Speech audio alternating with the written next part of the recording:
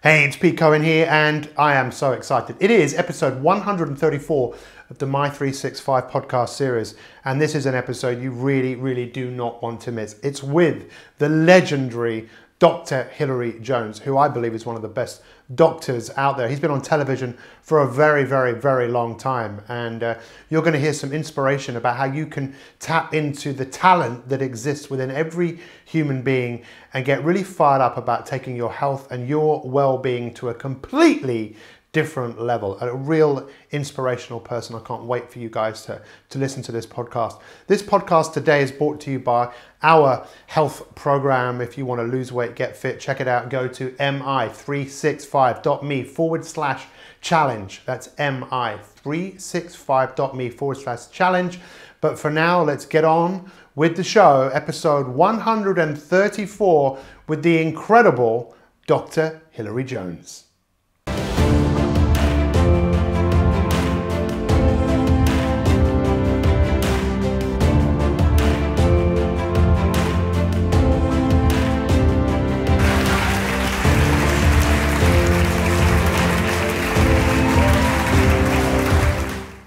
So it's Pete Cohen. You join me for another Mi365 podcast, and I'm absolutely delighted. I've got my friend, a colleague, and also a doctor. We've got a doctor in the house, the amazing Dr. Hilary Jones. Dr. Hilary, or can I call you Hilary? Is that okay? Call me whatever you like, Pete. Okay, Simon, how are you? I'm very good. Listen, thank you so much. It's a pleasure, it's mate. great. It's great to see you. So, for those of us who don't know who you, tell us who you are. Well, I'm a family GP, and I qualified about 45 years ago, and I do a bit of breakfast TV.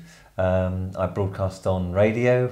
I write, so I'm an author, and I'm just passionate about everything medical. You know, I'm passionate about people staying healthy, getting healthy, finding out what talent they have in terms of fitness, because there are just so many people out there who don't know that they're talented.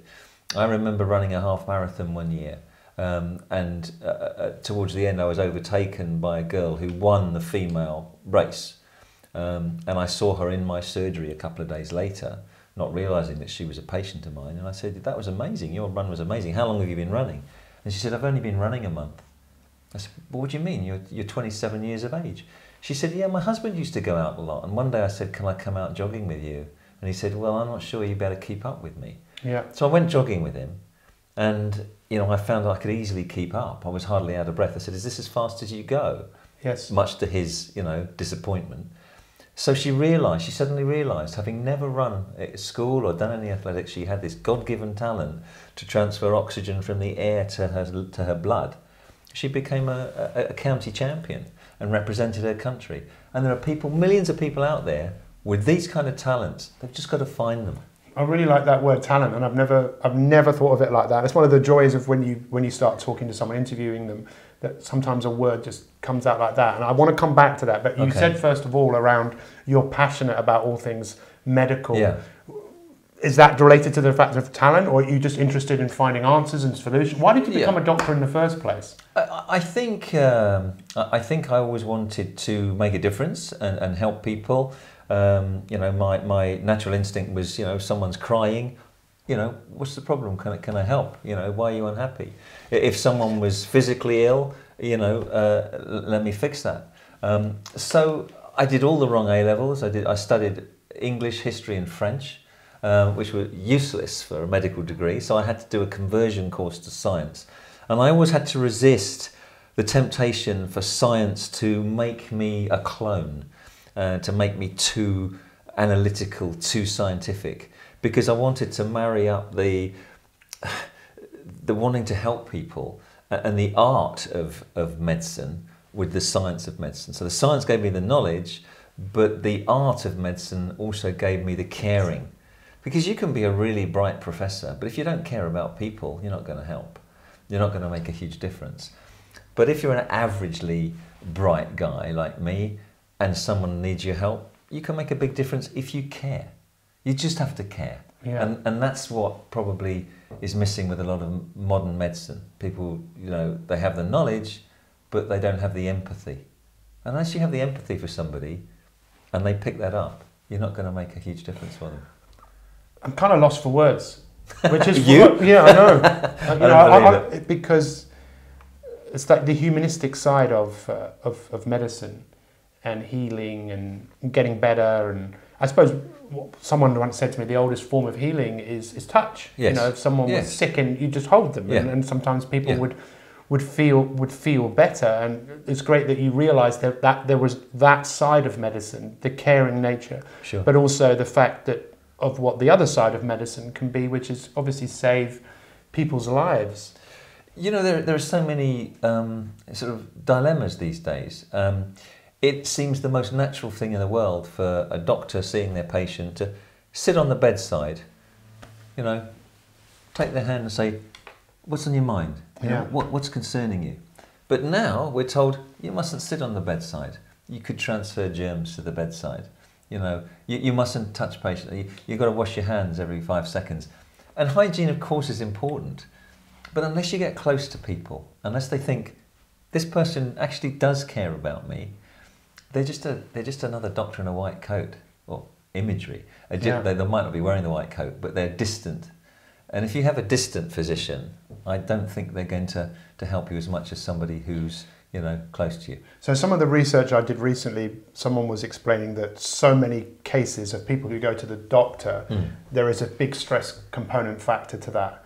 And if the person addressed the issue that was causing them stress, they probably wouldn't have the health problem in the first place. Sure. Is that something that you think is some truth in that? Oh, absolutely. If you can identify the source of your stress, you can deal with it. But there are a lot of people who are just wound up and tense and, you know, on edge, but they don't know why. And they never stop and think, you know, what is it about my day that is making me like that? Is it, you know, just the responsibility of looking after the kids and the family? Is it a financial concern? Is it a boss at work who's constantly on your back unfairly? Is it the fact you're worried about your physical health? There may be lots of different reasons for you to be stressed. So if you can think, you know, what is it that's bothering me, then you can find ways of addressing it. But certainly, I think discussing how you feel is important. You know, not being ashamed to say, you know, I really don't feel like I'm coping at the moment very well. Then you can deal with it. And equally, people have responsibility for their physical health. You know, I don't believe that people should wait until they're clinically obese for bariatric surgery. Do something before you get to that stage. Don't wait till you get diabetes. You know, do something about your eating habits, your lack of exercise. And discover, we talked about talent, athletic talent earlier, discover at a young age, if you can, what it feels like to be really healthy and fit.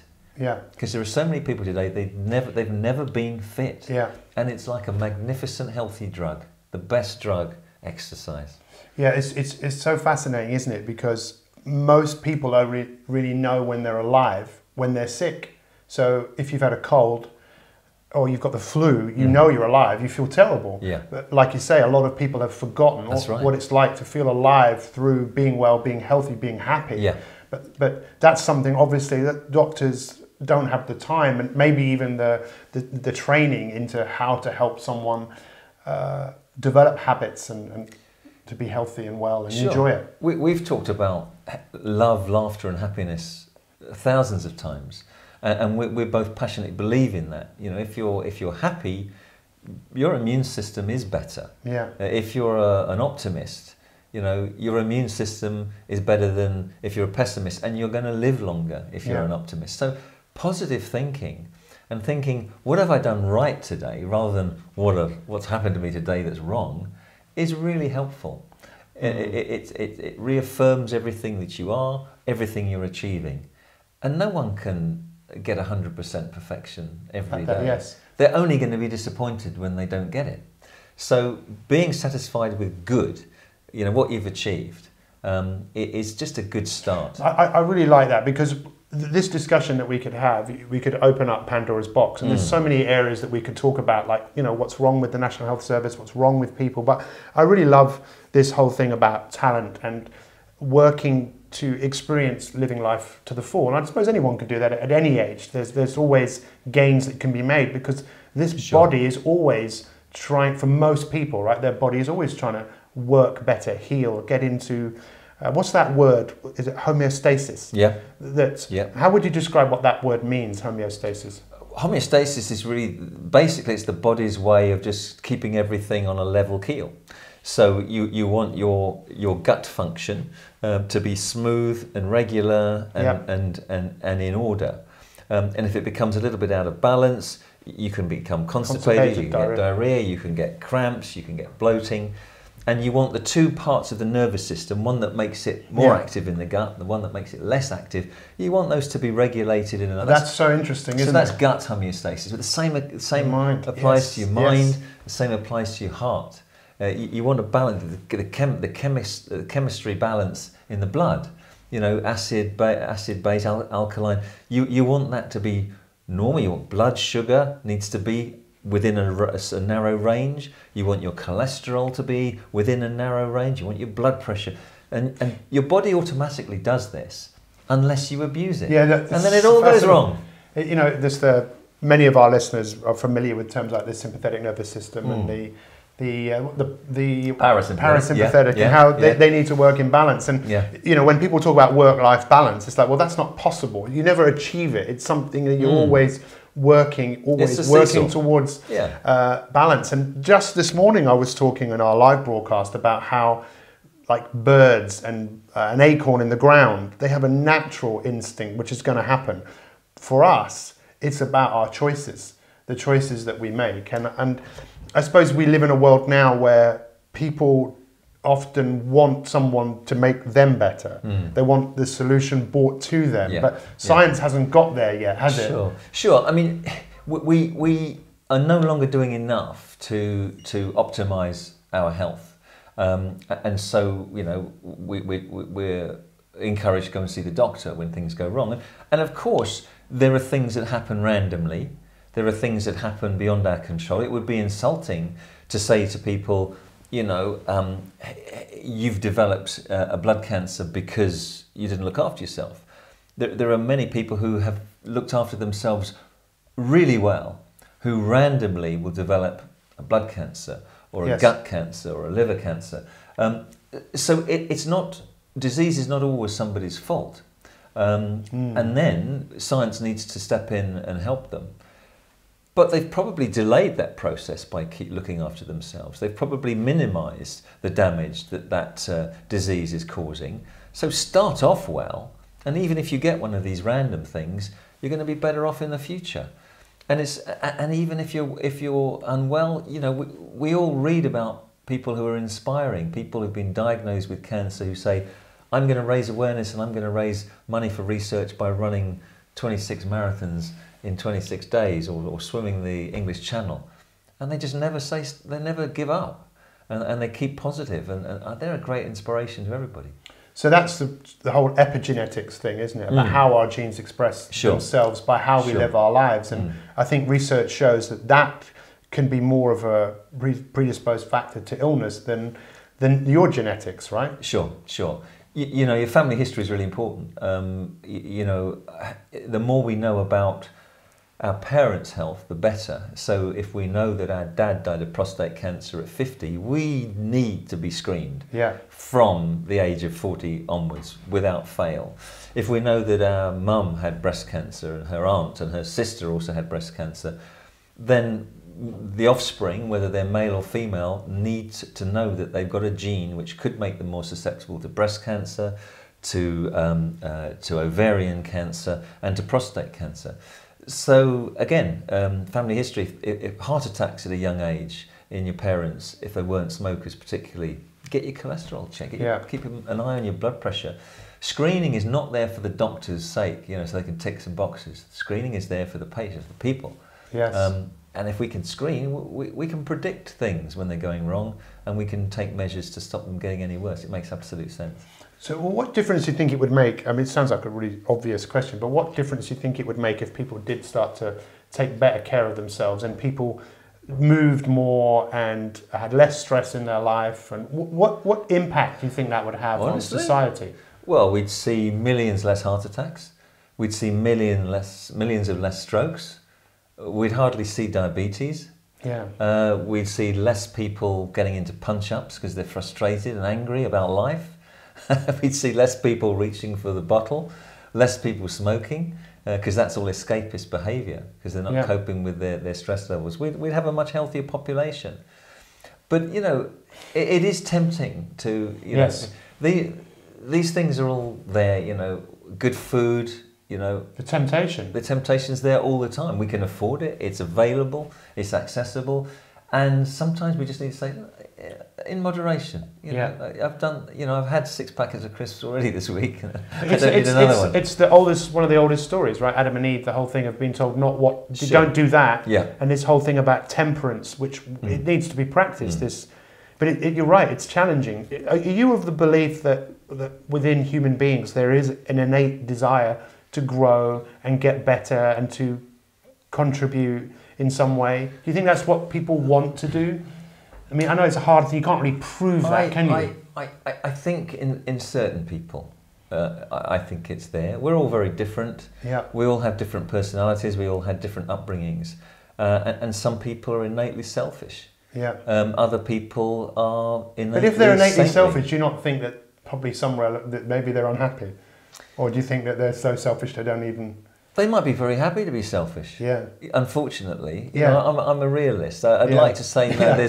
There's gold in all of our hearts. Yeah. But actually, I don't think that's true. I think there are bad people. Yeah. I do. But the optimist in me says I think there are more good people than bad people. Yeah. And you know the phrase, it only takes good men to stand back and do nothing. Yes. Then and evil will prosper. So you know I think no man is an island. We're all part of a society. The minute we start thinking, well, like, this world is just for me, you know, I'm an island. I don't need anybody else. I'm going to take and not give anything. That's a miserable kind of existence. But there are people who believe that. Yeah.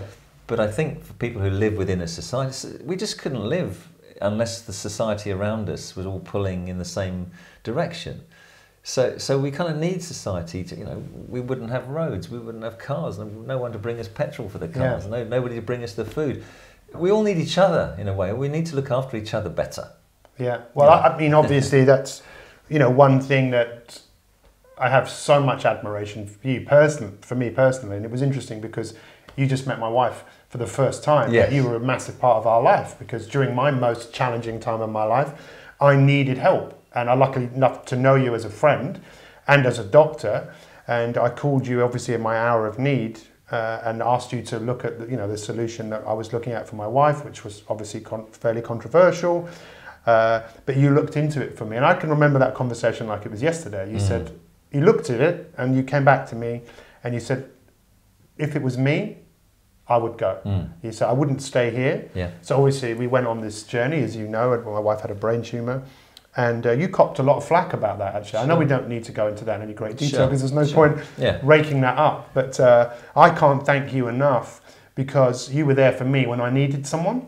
Well, you know, it was no big deal. You know, you've helped me and my family in the past because your skills are different to mine. Yes. And they're better than mine in many ways. The psychology that you applied to, you know, the people that we've worked with on TV and getting them over their phobias just like that. It was immensely inspiring to me and very impressive. And you helped a couple of my kids because I was too close to them to help them myself. And so just talking to you over the phone, come on, a few words just to say, yeah, I've looked at this and this is, you know, it's really interesting the words you said then. This is what I would do. Yeah.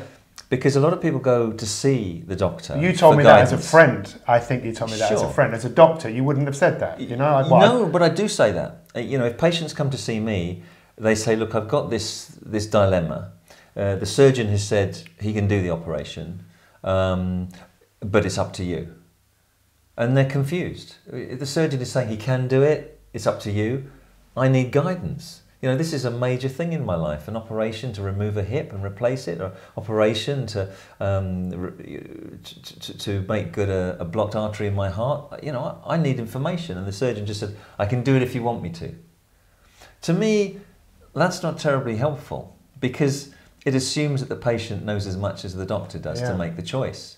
I think what's more useful is to give them the information and then encourage the patient to say to the doctor, doctor, what would you do Yeah. if you were in my shoes? Yeah, well, that's a massive thing. And then if the doctor says, I wouldn't hesitate, I would do this. Yeah. That's very helpful. But again, it's one of those modern scientific protocols we have that we shouldn't choose for the patient. Well, you know, it's when my wife was admitted to the Royal Free, and there were all these doctors coming in and out trying to work out what was going on. It was obviously, you can imagine, it was very unsettling. And there was one doctor who came in, a Spanish registrar, and he gave me his number on a piece of paper, and he said, "Call me anytime." I called him every day. Yeah, wow. But because he gave me his number, Yeah. and I had questions, and he was there, and you know, we obviously went through this whole process, and it was you and also another doctor who I think you know, Dr. Lawrence Buckman, who Yes. used to be Yes. head of the GP Association. Yes. He stepped out of, this is what I was going to say, stepping out of the box for a minute to go, hang on a second, these are the tools that are in the box. Maybe we can just look at maybe what else is available. And he said that the reason he chose to oversee the treatment that my wife was having was when he used to be at the Marsden Hospital, he had to get people on studies. So he knew, is it going to kill her? Well, it's unlikely. Is there a chance something can happen? Okay, yes.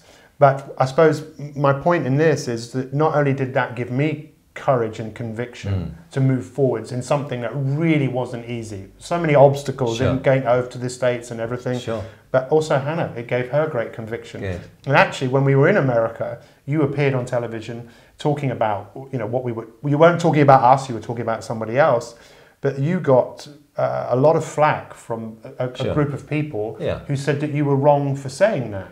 And that was, you didn't expect that, right? You didn't expect that kind of... No. I you know, people often hear what they think they've heard rather than listening to the whole show. Yeah. And they take things out of context. And there's no doubt that we need to make decisions based on evidence. Yeah. And I totally agree with that as a scientist. However, I'm also very conscious of the fact that there is more twixt heaven and earth than is dreamt of in our philosophy. Yeah. And medical doctors have been shown to be wrong, despite research. So you look at the groundswell of change in the way we think about HRT. You know, one huge study suggested that it was too dangerous to prescribe because it had links with breast cancer and blood clots, and now that's completely been thrown on its head, and we're now saying actually it's much safer than we thought. Yes. Look at all the treatments we've used in the past that were thrown out, having seen millions of patients being given that treatment, and suddenly the research shows that actually it wasn't very useful at all. The debate about statins, you will get polarised opinion. One doctor saying it's the best thing since sliced bread and we should put it in the tap water, and another doctor saying its efficacy has been completely overhyped, it causes muscle cramps, memory loss, we shouldn't use it at all. You know, these days there is polarisation of medical opinion. We're not all... So it's confusing, it's isn't confusing. So when I make a remark and say, this is something that is worth looking into, and if it can't do too much harm and everything else has been tried, you know, yes. I think you've got to keep an open mind. I really like that about we should all try and keep an open mind and do whatever we can not to get sick. Now, we were just talking about your age. I'm also, you know, I'm getting older. I can't do the things that some of the things that I used to do. Yeah. And I suppose, yeah, you know, it's like, and I was telling you about my dad. You know, my dad is, but what was fascinating, I was talking about this morning. My dad's in this rehab hospital in Edgware. It's 14 patients and they go in there. And there was this, there's a guy in there at the moment who's got serious motor neuron problems, and he's in a wheelchair, he's got a broken arm, he can hardly speak, and they hoisted him onto a treadmill, and he was walking, but, you know, for 3 minutes, and he was completely out of breath, and as soon as it finished, he just wanted to go again. Yeah. All he wants to do is go. He's got so much courage, and it does take courage, I think, to step out and to start doing things different and take a little bit more responsibility for your own health and well-being. Do you know, I think the human body is so incredibly adaptable, and we're constantly surprised when people do things that we don't expect them to do. Yes. Last week, I witnessed a man who's 106 getting to the Guinness Book of Records for doing a 400-yard zip wire, 60 metres high, and he loved it. Completely knew what he wanted to do. And the year before that, he got into the Guinness Book of Records for being the oldest man ever to do a roller coaster. Now, at 106, you know, it gives hope for us all, doesn't it? But what do you think the secret is? I mean, from a genetic point of view, most of us probably could live to a ripe old age of... Yeah. I mean, you need good genes. You need to be free of the random attacks that nature can bring. But you know, this is a guy who was born before the First World War. He served in the Second World War. He worked on the railways, probably on a frugal diet, lots of exercise. But he's got a great sense of humour. Yeah. And you and I have talked about the importance of a sense of humour many a time. And I think humour is a great way of being able to communicate with people. It breaks the ice. And especially in medicine, you know, a spoonful of sugar helps the medicine go down, but laughter is the best medicine too. And if you can put a patient at their ease by sharing a little joke, you know, I think that's really helpful. Well, I would love there to be a legacy from this time, you and I sharing together and people listening to this. One of those things is definitely about talent. People realise everyone's got a bit of talent to be healthy and be well, taking more responsibility.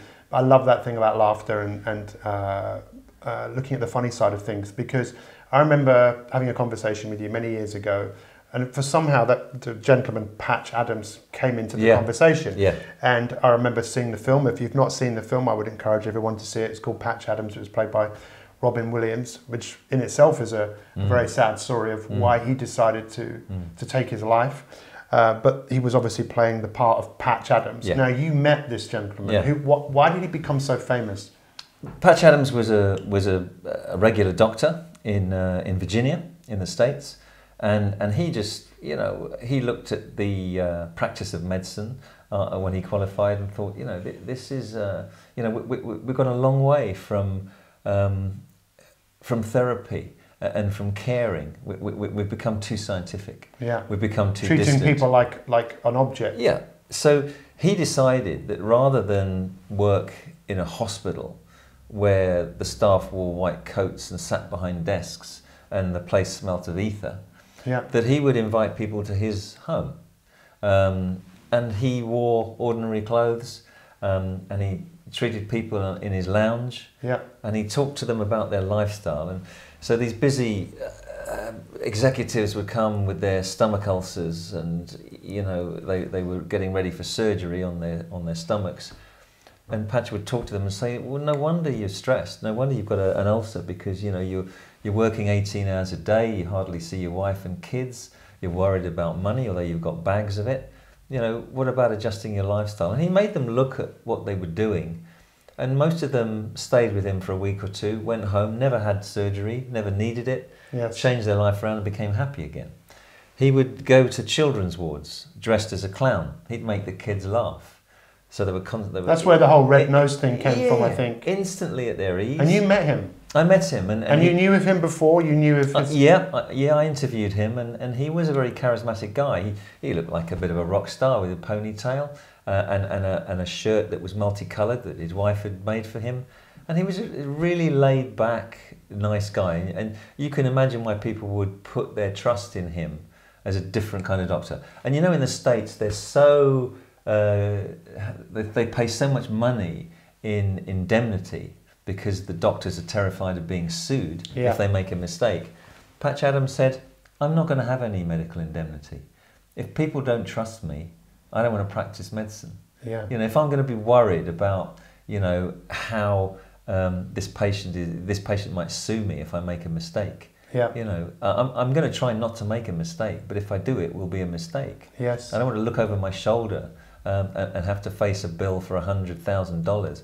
So he didn't have insurance, and people trusted him. And you know, I don't know how it all panned out, but I found him inspiring, and I found lots of his ideas were very much in keeping with my own. Yes. So that was good. But coming back to the laughter thing, you know, we talked about laughter as a way of breaking the ice.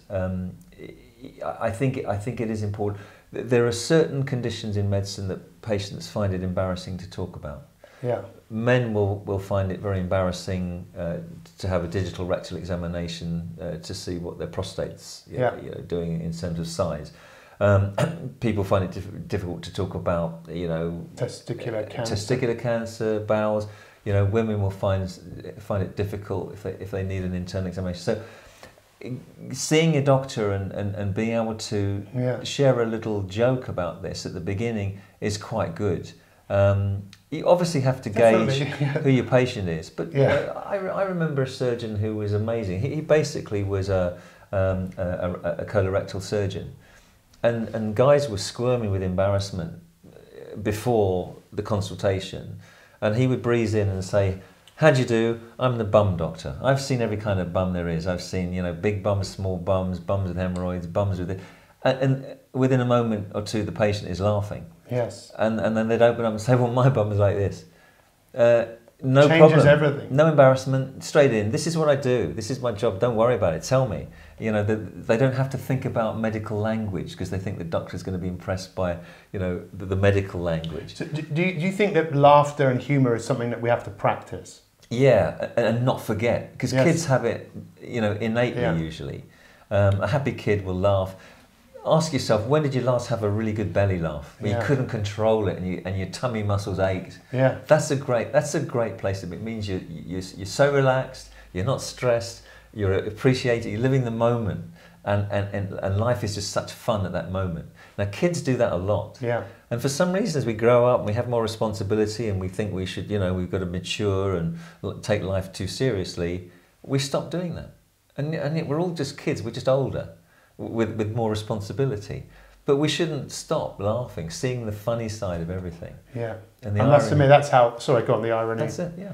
I think for when I was going through this thing with Hannah, laughter definitely was what got us through. Yeah. And it was, again, very interesting to me because, I really loved her, but I didn't think I was going to spend the rest of my life with her. I'd only been with her for a year, and she was in a situation where there was no one else to really look after her. But I learned to love her by going through this incredibly challenging times, because life is quite challenging, isn't it? And I think that's where we often grow through. That's how our bodies get stronger, right? By physically working a little bit harder than what you would. Then coming back to homeostasis, you create another level of homeostasis by pushing yourself. And I think we have to. I think that is a really good point. We have to practice, like you said, we have to practice that mentally as well as physically. Very much so. I mean, you learned so much on that journey, and you've been able to help other people as a result of what you learned. Yes. And you'll never forget that. So the challenges in life, we need challenges in life, good and bad, because stress is not about, everyone says stress is just distress, but actually a life without any challenge is just as stressful. If you feel redundant, if you feel useless, no one's asking anything of you, but you have skills, you have talent, but you can't use them, that's very stressful. Yeah. Ask anyone who's unemployed and doesn't want to be. But if you have too much challenge as well and you can't cope with the challenges, you're going to feel just as distressed. The balance in the middle is having just the right amount of challenge and being able to deal with it in a constructive and effective way. And then you feel, do you know what I did today? Yes. This came to me and I had to do that and I did it. And I did it well. And that's a great feeling of satisfaction. That's what life's all about. It's about adapting to change, rising to challenges and overcoming them. And that's the sense of achievement that you can go to bed with every night with a smile on your face. It just has to be practiced, doesn't it? It's just like that's what I was going to ask you. Practicing medicine. Now you're still practicing, right? Yeah, sure. Because you have an innate desire to learn still, and you love to learn, right? Absolutely. Just example from the top of my head. There are many things you don't learn at medical school in a textbook or even at lectures. That come your way. For example, two examples then. So I'm talking to a policeman, a beat policeman, a Bobby, and he specialises in kids who use recreational drugs. So he lectures to them, he tells them, the dangers, the pitfalls. But in practical terms, he taught me a lot. He says, there are kids who use glue. Glue is very cheap. Glue sniffing gives you an immediate high. And if anyone reports you, and the police arrive 30 minutes later, all traces of any kind of inebriation have gone. Yes. So it's a quick high and it's gone, but it's still dangerous because you can inhale an aerosol and get a laryngeal spasm and you suffocate and you die. So he used to go to, and he said, and there are kids sitting at the back of a class who've got let's say a typing error fluid, which they put onto their collar. Typics. Yeah, I wasn't going to mention the name. Oh yes, sorry, yeah, yes. And they just incline their nose to the side and inhale this stuff during the class. So kids have these tricks and crisp bags, you know, that put glue in. So I learned those kind of things from him, which you'd never find in a medical textbook. And another example was a guy, a forensic pathologist who we interviewed, and he and his wife had gone camping. And they'd use one of these little portable barbecues. Yeah. So a little metal tray, and you light the barbecue, and you cook your food. And in order to be tidy on the campsite, when they let the barbecue go cold, and they brought it inside the tent, so they didn't make a mess. And what they didn't know was that carbon monoxide is given off by the burnt charcoal more than the lit charcoal, even when it's cold. And his wife died in that tent that night because she died of carbon monoxide poisoning, and he nearly died as well. But who knew? Who knew that something as simple as a barbecue that you can buy in a garage on the way to a campsite could kill you?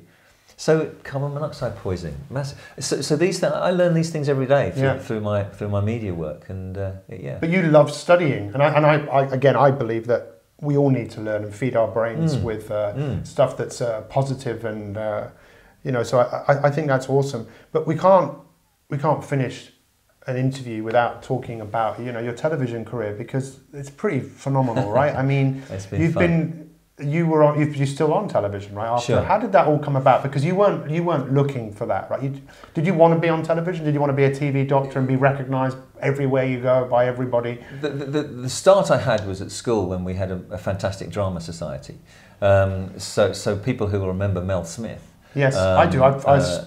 Yes, I do. I've seen him in The Gamblers in a play, which was amazing. And obviously not the 9 o'clock news in the last. Yeah, that's right. And he was in my class. I didn't know that. So we pranced about on the stage. He was full staff to my Prince Hal in Henry IV Part 1. Wow, for example. That makes a lot of sense. So you kind of get used to performing to an audience. Which didn't faze me. But later on, when I was doing my medical stuff, I used to write articles. But I felt there was a communication role to be played that doctors could do better. And I wrote to a breakfast TV station and said, "Give us a job." I said, "Look, you're using a lot of academics who know their stuff inside out, but they're not very good at putting it across." They're a bit sort of using a lot of terminology, a lot of lingo that people don't understand. How about a bog standard family doctor like myself doing a little bit? So I went for an interview, and the boss was thinking along the same lines. He said, "We're going to try you out for a couple of weeks and see how you go." And after 2 weeks, he said, "Here's a contract, please sign." So was that with TVAM or that GMT? was with TVAM. TVAM in Camden Town, right? That's right. Where Roland Rat. 28 years ago. 28 years ago. And that's incredible, right? So you're still doing it. Still doing it. And how's that changed your life? Just being... Oh, it's been fascinating. Every day's different, which is lovely. A bit like general practice, really. Every day's different. I meet people who are at top of their tree, really, in terms of medicine. I've seen things that I wouldn't have seen otherwise. I can convey the messages that I learn to millions of people through the medium of television, whereas in the surgery I can only see one person at a time. Yeah. So hopefully I've helped a lot of people by passing on what I learn in a way that is understandable and accessible. And I'm very grateful to hear back from listeners and viewers saying, Thank you so much. We watched your program, and as a result of that, I forced my husband to go and get his prostate tested, and they found cancer. And now he's fine. That's amazing. That's amazing. I went and had my cervical screen, and they did find something, and now I'm fine. People with breast cancer, the same. People with skin cancer, we showed them pictures of what a normal mole looks like and what a cancerous mole looks like, and whoa, I'll go and see the doctor. And they did. They write in. You say, amazing. You taught me on TV how to resuscitate a baby. I had to do that on my baby. Thank you. And actually, it's wonderful when you get that kind of feedback. Because privately, although I've worked on TV for 28 years, I do believe that the medium of television has been wasted in terms of education. There's a lot of entertainment, but we're not learning much from it. It's instant gratification. And I think we should, it's a pity that we didn't use TV for more education, because we could have made people aware, we could have taught them how to keep fit, we could have taught them exercises that are fun, and obviously that was considered boring by the powers that be. Again, I have to say I'm kind of slightly lost for words. You got me twice. And I think that there's the mundane side of living a wonderful life. That it is a bit mundane to it's do fun. these things. Listen, meeting film stars, pop stars, singers, dancers. I've been to many countries around the world with the programme. I've been to war zones, I've been to barrier reefs, I've been, working with doctors in the bush in Australia. So fantastic opportunities, which I'm very, very grateful for. Meeting very interesting people. It's been a ball as well. It's been a blast. Well, the short time, I say the short time, it was over 10 years that I did some various things on television. One of those great things was obviously meeting you. Thanks. Well, it was, just getting to know you, because I never thought that would happen. I'd watched you on television for years. It's the same with a few other people. I remember meeting Terry Waite in the green room. Yes. Terry Waite, who told me this incredible story of how Brian Keenan, these were people who were held as hostages. That there was music playing outside, and Keenan had a bag over his head, and he would dance because that was his way of dealing with this difficult situation. And when they realised he was dancing, they stopped playing the music. And Terry Waite said, well, he just still got up and started dancing because he played the music inside his head. He found a way to deal with the situation. And kind of an aside, I really loved the way that, I never thought of it like that what you were doing was, you probably saved so many people's lives and not even known, because someone heard what you said and think, I better go and do this. Yeah. And, wow, that's amazing. It's very gratifying when I go to places and someone comes up and says, I just wanted to say that I never got around to thanking you. We watched your programme and that was and it made a difference. So that's really nice, and that's how TV can be used really well. Yes, and I wish we did more of that. Well, with mediums like this and with other ways, they're now being able to broadcast to the world. But what you said about Mel Smith, I didn't know that, and that made a lot of sense to me, because the first time you asked me to do something with you, you said, can you come to my squash club? Yeah. And and come and give a talk. So I said, yeah, okay. I drove to your house, and then you said, listen, we had some food, and then you introduced me to your kids, and you said, listen, let's have some fun with this. I was going, okay, you're a doctor. He said, yeah, let's dress up. And I'm going, what? You want to dress up? You get the wrong idea now. Yeah, I thought, you want to dress up? Yeah, let's do some role playing. You can be a doctor and I'll be a woman. I'll be a doctor, you be an old man. And we had a box of hats, didn't we? Hats. Yeah, you had this collection of all this stuff. And then we went and presented to, these people at the squash club. Yeah. And we role played. And I was like, wow, this is so much fun. And it's okay. It was almost like, you can be a doctor and you can have fun. Yeah, sure. And you're right. I think that's what people need so much from, is to just enjoy life. It's not always easy. So let's, as we bring this to a close, what do you want the legacy? I know you've obviously got some great years ahead of you, but what do you want the legacy of your life to have been? Okay, I think one thing is for anyone listening to this, seeing this, to know that if they're ill at the current time, if you're unwell, never ever accept a doctor saying to you, we can't do anything more. There's always something more. However small it is, there's always something more that can be done. So doctors who say, I'm sorry, we can't help you any further, nothing more can be done, there's always something more that can be done. It's just finding out, how to achieve that. And that's really important, because a lot of people are ill through no fault of their own. They've just been dealt a cruel blow, and they need to be supported and need to be helped. So that's true whether it's cancer, whether it's ME, which a lot of doctors don't recognise, still, fibromyalgia, whatever it is. There's always more that can be done. So that's the first thing to say. I think the second thing, and my big passion, would be we need to teach children at a young age how their bodies work, you know, why they become ill, even with a common cold, and what's the best way to look after themselves. Yeah. So we send kids to school and they're still learning about geography, they're learning about maths, they're learning about you know, foreign language and history. Why don't they first know how their bodies work? Yeah. You know, to me that is so fundamental. You know, what makes them have an earache or a sore throat, and you know, what causes that and what can they do about it? And teaching them about healthy nutrition and about the value of exercise, fundamental from day one. So they've got that. Because no one's teaching them that until far too late. Yeah. When often the damage is already done. So I'm passionate about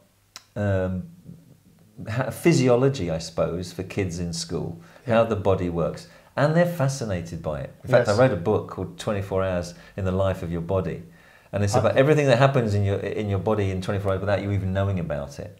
So all the questions you've ever wanted to know about your body, like, you know, why do I yawn when somebody else yawns? You know, why do left-handed people die earlier than right-handed people? You know, why is that, by the way? Because all the devices and machines that we use are designed for right-handed people. Yeah.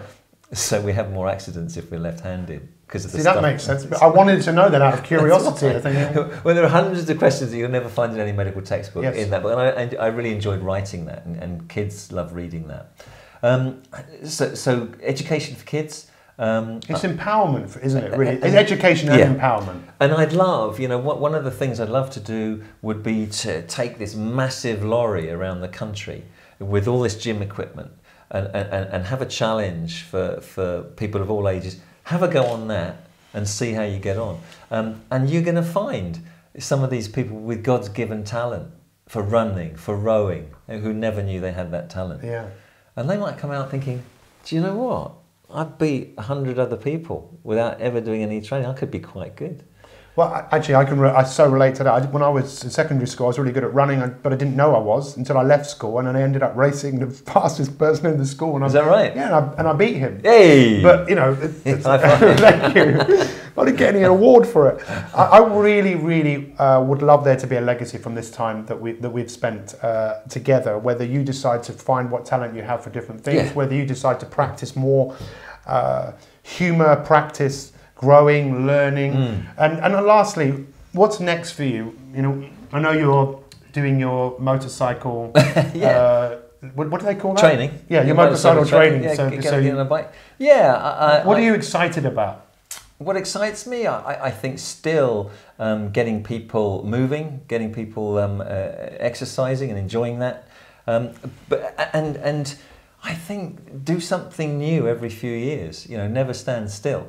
Remain curious. So a new skill. I mean, through my medical career, so I did my medical training, but then I did a course in osteopathy, spinal manipulation. I did a course in acupuncture, did a course in hypnosis, and you're constantly learning and adding new skills. And you think, wow, I didn't know this part, this area. For me, the kids growing up and you know, looking after them and spending a bit more time with them. Because with a medical career, you're often sort of squeezing in as much quality time as you can with the kids. So now I've got a bit more time. They've got less, I've got more. Yes. That's how it works. But I think for me next, maybe because I've been in TV so long, I can become a little bit more mouthy, a bit more gobby. You know, take more risks. Some of the opinions I've expressed here today, I can say, TV needs to get a grip on this. You know, TV needs to stop allowing the food and drinks industry to advertise rubbish food and sugary drinks. Ban it. You know, be strong about it and say, we need to stop paying lip service. Ban it. Ban bariatric surgery. We can't help those 1 million people now who need bariatric surgery, but we can help the 10 million coming through who aren't fat yet. Yeah. You know, and that's really controversial. But maybe I've earned the right to be controversial and take a few risks now, because I've developed, I think, a bit of a trust with the public because I've been doing it so long. So if I say that's what I think, maybe I can Yes, make and it's a only difference. what you think, right? Sure. It's up to people what they do. Absolutely. So what would you like everyone who's listening to this and watching this to do? Is there anything, I think I know, but I'm not going to say because What I think they should do, I think that they should just, take time to think, what will make them happier, what would make them healthier. Yeah. Go for it. Fantastic, fantastic. Please leave a comment, share this. How do people follow you? I've got a website. So the website is what? The website, or they can tweet, yeah. So your handle, is it on Twitter, Dr. Hilary Jones? Yeah, yeah. And your website? Website, gosh, now you're asking me. I'm going to have to find out. Don't worry, we'll put it in the show notes anyway. Yeah. And your books, are they on your website? They're on the website, yeah. My books are on the website. And what's that book that you call, what's it called? 24 hours in the life of your body. 24 hours. And who's that published by? That is published by Transworld. 24 hours in the life of your body. I'm definitely going to get that. Thank you so much for your time. It's been an absolute pleasure spending this time with you, and I'm excited to see where this goes. So take care, and we'll see you again. And thanks for everything you've done, Pete. It's a pleasure.